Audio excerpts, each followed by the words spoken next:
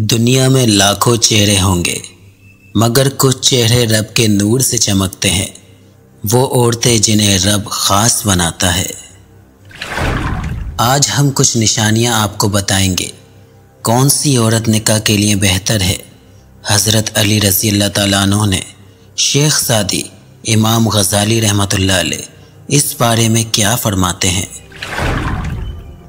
औरत का सबसे बड़ा हुस्न उसकी हया है, और हया वाली औरत दुनिया की सबसे बड़ी नेमत है।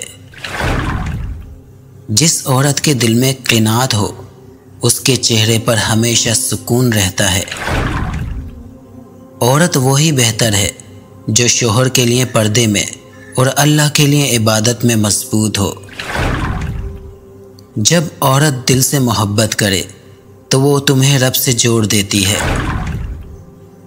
अच्छी औरत वो है जो गुस्से में भी शोहर की इज्जत करे। जिस औरत में वफा और सब्र हो, वो जन्नत की कुंजी है। औरत की असल खूबसूरती उसकी ज़बान की मिठास में है। ईमान वाली बीवी शोहर की दिल की तस्कीन है। औरत अगर रब से जुड़ी हो तो उसके आंसू भी दुआ बन जाते हैं।